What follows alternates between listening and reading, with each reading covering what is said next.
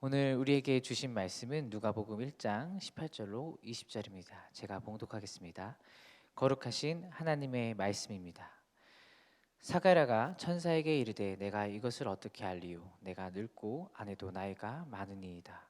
천사가 대답하여 이르되 나는 하나님 앞에 서 있는 가브리엘이라. 이 좋은 소식을 전하여 내게 말하려고 보내심을 받았노라. 보라, 이 일이 되는 날까지 내가 말 못하는 자가 되어 능히 말을 못하리니 이는 내가 내 말을 믿지 아니함이거니와 때가 이르면 내 말이 이루어지리라 하더라. 아멘. 오늘부터 새롭게 누가복음을 시작합니다. 다 같이 누가복음을 묵상하시면서 여러분의 삶에 날마다 하나님의 말씀이 적용되고 삶의 변화를 이끌어내는 그런 소중한 시간이 되길 소망합니다. 누가복음에 대해서 간단히 간략히 소개하자면 누가복음은 이방인으로 축축되며 의사인 누가가 기록한 성경입니다. 누가복음의 견해가 철두철미하게 이방인적이라는 점과 골로새서 4장에 나타난 바울의 언급을 통해 학자들이 이방일 것이다라고 추측을 하고 있습니다. 먼저 누가복음의 첫 부분 네 구절은 누가에 대해서 소개를 합니다. 누가가 어떻게 썼고 누구에게 썼는지 알 수 있는데 중요한 것은 누가가 무엇을 쓰고 있다고 이야기하는지 이것을 살펴봐야 합니다. 누가는 예수님을 경험한 1세대가 아닌 예수님을 경험하지 못한 2세대, 그러니까 사도 이후의 그리스도인들 그리고 믿지 않는 사람들에게 예수님에 대한 사실들을 체계적으로 정리해서 알리기 위해 기록하고 있다고 볼 수 있습니다. 그리고 바로 직접 예수님을 보지 못한 사람들에게 전하여 주기 위해서 누가복음을 기록했다라고 알 수 있습니다. 이 누가복음이 가진 특징이 있는데 세 가지 정도 됩니다. 철저함, 정확성, 그리고 질서입니다. 누가복음을 쓰기 위해서 그가 얼마나 철두철미하게 연구했는지 성경의 표현을 빌려보자면 모든 일을 근원부터 미루어 살폈다라고 기록하고 있습니다. 그러니까 누가는 예수님과 관련된 주제에 대해서 과거부터 모든 일을 연구하면서 기록했다라는 것입니다. 두 번째는 정확성인데 누가는 자신의 자료들을 자세히 조사했다고 말합니다. 정확하게 철저하게 조사했기 때문에 이 사실에 입각한 기록이다, 사실을 기록한 것이다라는 것을 염두에 두면서 계속적으로 누가복음을 읽어 내려가시면 묵상하실 때 큰 은혜가 있을 것 같습니다. 누가복음이 질서가 있다라고 제가 마지막으로 표현을 했는데 이것은 차례대로 쓴 것, 그러니까 연대기적으로 기술에 따르는 것이 아니라 누가가 자신의 계획에 맞게 가장 적절하게 들어맞을 만한 항목들을 추려내서 기록한 것이다라는 표현입니다. 그렇기 때문에 누가가 예수님에 대해서 어떻게 주장하고 있는지, 이분이 누구신지, 왜 이 땅에 오셨는지 일목요연하게 표현했기 때문에 우리가 누가복음을 통해서 예수님에 대해서 더 깊이 알아갈 수 있고 하나님의 말씀에 대해서 더 자세히 알아갈 수 있는 그런 복음서가 될 것입니다. 우리가 말씀 묵상을 강조하면서 계속적으로 누가복음을 이제부터 읽도록 시작할 텐데 이 말씀들을 통해서 하나님께 더 가까이 가시는, 그리고 주님과 더 친밀히 지낼 수 있는 저와 여러분들이 되었으면 좋겠습니다. 저는 오늘 본문들을 읽으면서 앞에서부터 읽으면서 눈에 들어왔던 것은 세례 요한의 탄생에 대한 기록입니다.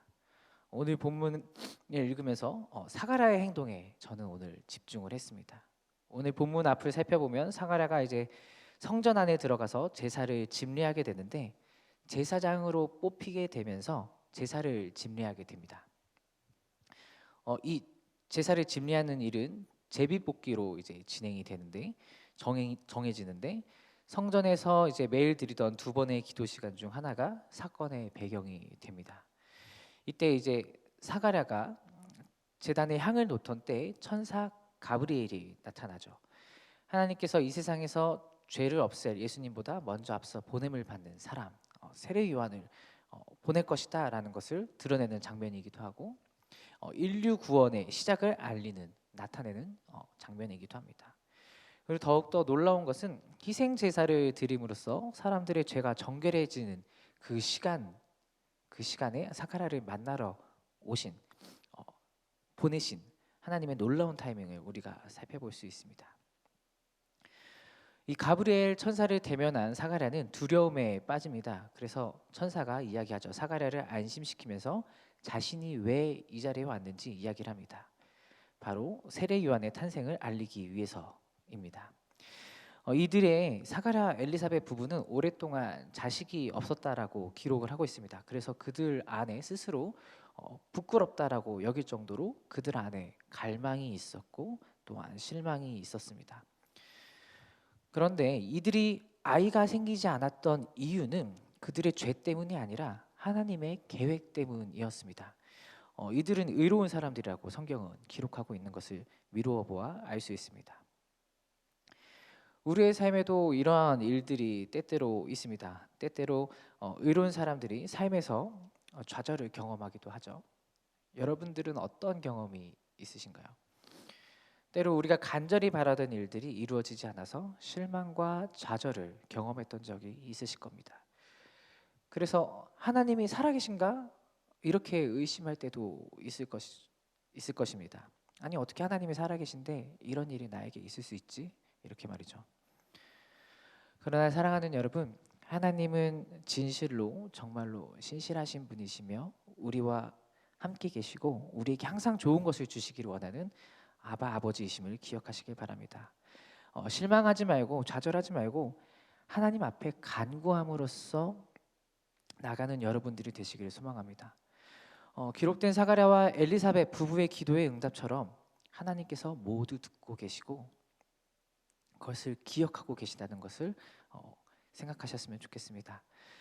천사가 사가랴에게 아이를 낳게 될 것이라고 선언할 때 좌절과 부끄러움 속에 있던 그들의 기도가 응답되었다는 사실을 기억하시기를 바랍니다. 사가랴와 엘리사벳의 오랜 기도였던 아이가 드디어 생길 것이라는 응답을 받았습니다. 그런데 사가랴의 반응이 어떠했나요? 의롭다고 평가받는 사가랴 속에 의심이 꿈틀거립니다. 우리 부부가 나이가 이렇게나 많은데 많이 들었는데 아이가 생긴다고 이렇게 생각한 거죠. 이 장면에 보면 이제 창세기 18장에 아브라함과 사라의 이야기가 떠오릅니다.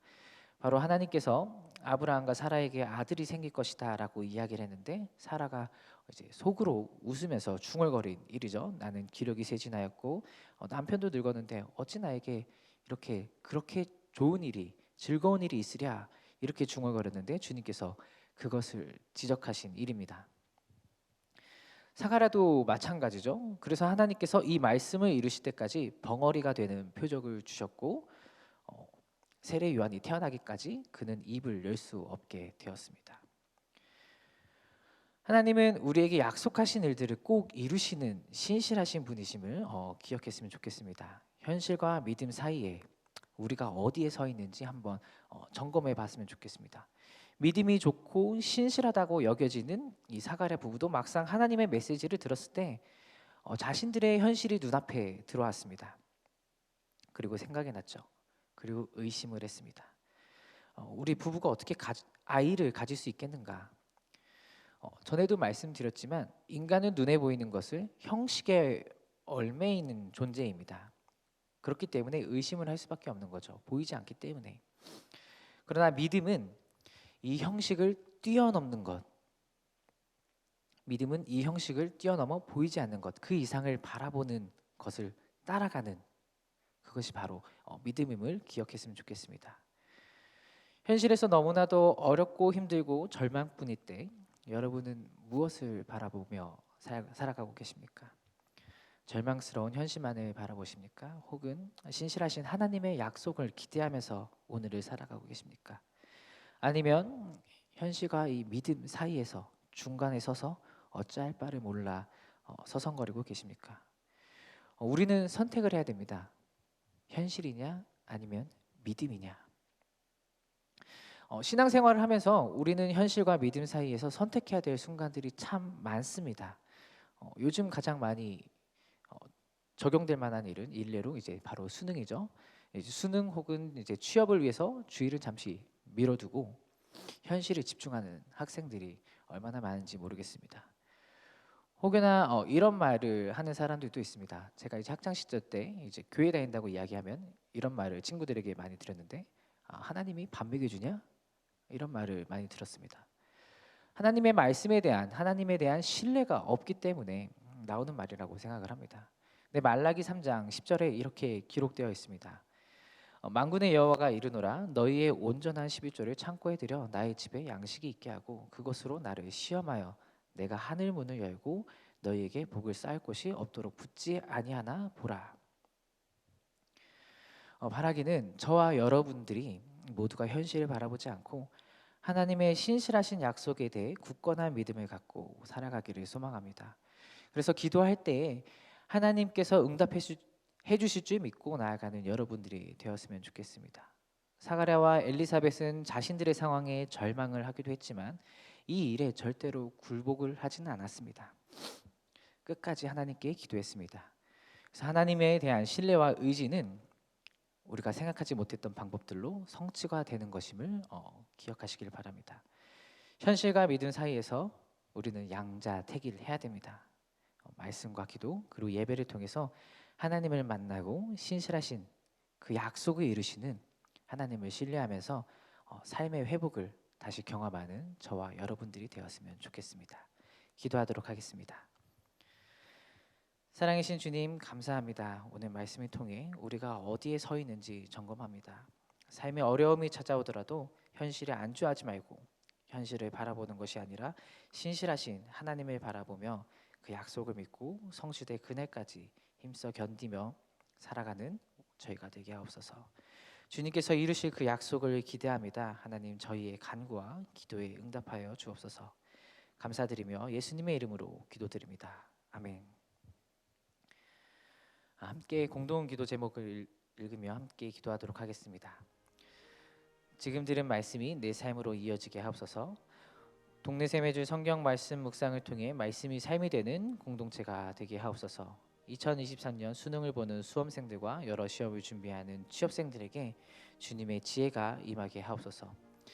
이태원 참사로 고통받는 유가족들을 위로하시고 치료받고 있는 이들을 살펴주시며 이를 위해 애쓰는 의료진들을 도와주옵소서. 러시아와 우크라이나 전쟁이 종식되게 하시고 세계 각국의 지혜를 모아 평화를 누리게 하옵소서. 위 공동 기도 제목과 개인의 기도 제목들 함께 기도하시다가 삶의 자리로 나아가도록 하겠습니다. 함께 기도하도록 하겠습니다. 하나님 감사합니다. 말씀을 통해 하나님을 더욱더 신뢰하며 오늘을 살아가기 원합니다. 매일의 선택 순간마다 현실을 바라보고 현실을 선택하기보다 하나님을 선택하며 하나님의 비전을 우리에게 향하신 하나님의 놀라운 계획을 따라가며 신앙의 길을 걷는 우리 모두가 되게 하옵소서. 하나님께서 우리의 삶을 주관하시고 계시다는 사실을 날마다 경험하게 하시고 하나님께서 도우심으로써